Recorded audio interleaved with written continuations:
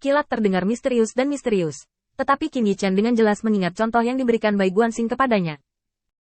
Dalam istilah yang paling sederhana, misalnya, sebagai keturunan naga sejati, ia menemukan reruntuhan tempat naga sejati menyembunyikan prajurit kekaisaran. Kemudian jika ada 10 prajurit kekaisaran, dia bisa mendapatkan 10 prajurit kekaisaran. Dan jika naga hitam ini muncul, jika dia merampoknya bersama, maka kaisar secara alami akan direnggut oleh naga hitam. Ini adalah contoh paling sederhana. Qin Yichen dapat melihat dari reaksi Di Jiang bahwa naga hitam ini jelas bukan yang disebut boneka, tetapi benar-benar dapat diberkati oleh kontrak Dao Surgawi, yang berarti bahwa Dao Surgawi menganggapnya sebagai keturunan naga sejati. Lalu jika naga hitam ini menemukan peninggalan klan naga sejati, tidakkah mungkin untuk merebutnya sesuka hati seolah-olah berada di alam bukan siapa-siapa? Ini adalah Qin Yichen yang bersembunyi di dunia dan melihat wajah asli naga hitam. Tetapi larangan di reruntuhan naga asli mungkin tidak dapat mendeteksi detail naga hitam. Sama seperti Qin Yichen tidak mengenali Feng Ling saat itu, naga hitam yang Heiju secara pribadi menyempurnakan tulang belakang naga Leize. Mungkin, juga memiliki sarana untuk membingungkan mata naga. Begitulah. Bai Guanxing berdiri di dunia, seolah melihat naga hitam. Dia sudah mengerti apa arti heksagramnya yang tidak terpecahkan. Pada saat ini, penguasa neraka surgawi dan jubah abu-abu Kaisar Pedang Yanyu semuanya tertawa terbahak-bahak. Bagaimana, penyihir leluhur, bukankah kamu sangat bergengsi barusan? Kamu juga mengatakan bahwa kamu ingin aku menyerahkan tentara Kaisar. Kamu datang untuk mengambilnya. Kejutan ini, apakah kamu puas? Anda, tanda seru. Tengu terluka. Tetapi adegan ini membuatnya kesal. Mengangkat kepalanya dan berteriak. Kontrak surga adalah naga asli yang melindungi keturunan. Mengapa? Apakah Anda keturunan naga asli? Anjing menggonggong. Penguasa neraka surgawi mencibir. Ketergantungan terbesar yang ditinggalkan naga asli untuk keturunan telah digunakan oleh tuannya. Jika naga asli melihat pemandangan ini, itu pasti sangat bahagia, kan? Di dunia, Di Jiang terdiam, dan saat Tengu masih mengaum, dia tiba-tiba menghilang, dan bahkan Tengu merasakan lapisan langit berbintang, dengan cepat menghilang dan menyusut di matanya. Pergilah. Di Jiang menghela nafas, dia tidak ingin menyentuh kontrak surgawi dengan mudah. Tetapi bahkan penyihir leluhur ruang angkasa dapat melangkah keluar dari bintang-bintang dalam satu langkah.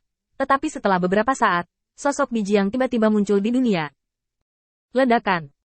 Saya melihat cahaya hitam meresap, naga hitam mengembara, dan berubah menjadi pria bermata hitam berambut hitam dalam baju perang skala naga, memegang EP cahaya hitam. Di bawah perpecahan, ruang meledak, benar-benar menghalangi mundurnya Di Jiang. Pedang ini bukanlah ancaman besar bagi Di Jiang, tetapi naga hitam inilah yang benar-benar membuat wajah Di Jiang tidak menentu, mampu mengejar kecepatannya sendiri. Dia adalah leluhur luar angkasa. Namun, naga hitam itu lahir dari kondensasi tulang belakang naga Leize. Dan Leize adalah tatapan naga guntur. Kecepatannya sangat cepat sehingga Qin Yichen, yang memiliki pola guntur di belakangnya, telah lama mengalaminya. Kecepatan Qin Yichen setelah meledak dari kekuatan Leize, hanya mengandalkan metode tubuhnya untuk terbang, dapat menjerat Bai Guanxing, yang terus-menerus mengosongkan ruang. Dan kecepatan naga pengubah tulang sebenarnya bisa dibandingkan dengan Di Jiang yang merobek ruang. Menarik, hanya mengandalkan kalian bajingan kecil, mau ingin aku juga? Di Jiang juga sederhana.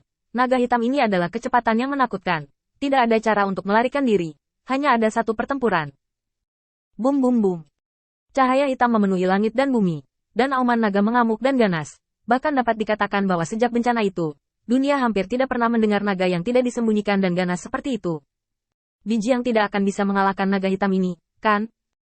Tidak. Kekuatan dan kemampuan naga hitam ini mengalahkan nenek moyang penyihir. Qin Yichen bersembunyi di pegunungan yang tertutup salju. Semua merasa terkejut, hanya untuk melihat bahwa antara Di Jiang dan naga hitam bertarung, sulit untuk melarikan diri, dan tidak mungkin untuk mendapatkan keuntungan.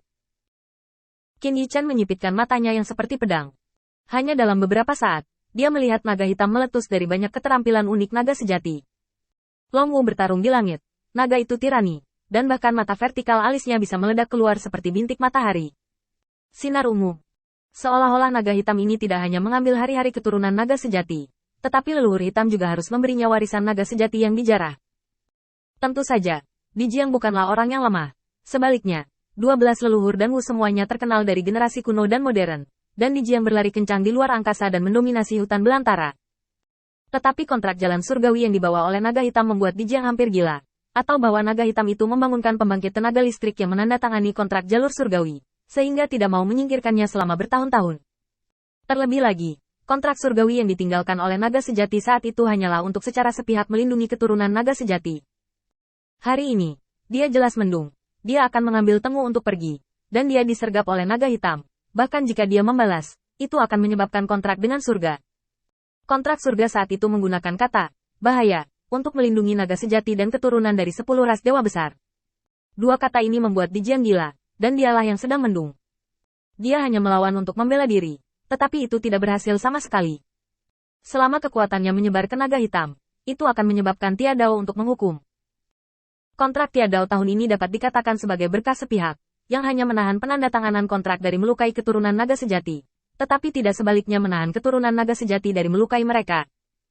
Ini membuat Dijiang sangat marah. Ini juga alasan nenek moyang mereka tidak mau dan mati lemas. Tetapi ini cukup untuk menunjukkan bagaimana kekuatan naga sejati saat itu melampaui langit dan bumi.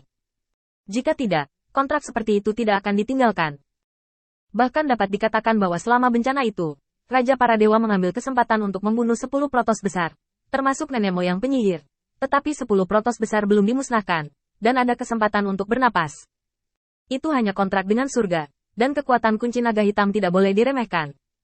Ini membuat Dijiang merasa terikat. Dia memutar ruang dan memantulkan ruang lapis demi lapis. Dia ingin melarikan diri, tetapi naga hitam hanya perlu mengenai ruang yang terdistorsi olehnya. Metropolis. Disebabkan oleh surga dan hukuman. Di bawah batasan surga, hampir membuatnya sulit untuk melarikan diri. Ketika Dijiang sangat marah, langit berbintang yang berdiri hancur dan kecewa. Apa? Kamu tidak berani membunuhku? Hei leluhur merasa bahwa dengan mengandalkan naga hitam, dia akan berani melawan istana iblis kunoku. Dijiang benar-benar memiliki kepercayaan diri untuk mengatakan ini.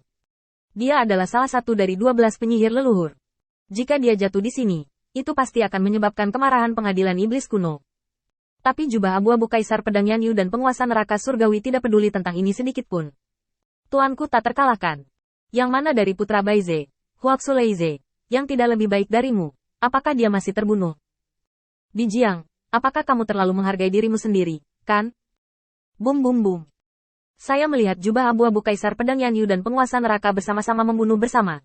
Dengan bantuan saudara muda naga tulang, mereka juga dapat membiarkan para penyihir leluhur yang mengaku terkenal di era prasejarah ini tahu bahwa zaman telah berubah. Bagaimana dengan nenek moyang penyihir? Belum bisa membunuh? Jubah abu-abu Kaisar Pedang Yanyu dan penguasa penjara surgawi awalnya kuat di ranah Kaisar. Meskipun mereka tidak dikalahkan oleh Kaisar Jiang, mereka secara alami tidak takut pada bantuan naga hitam.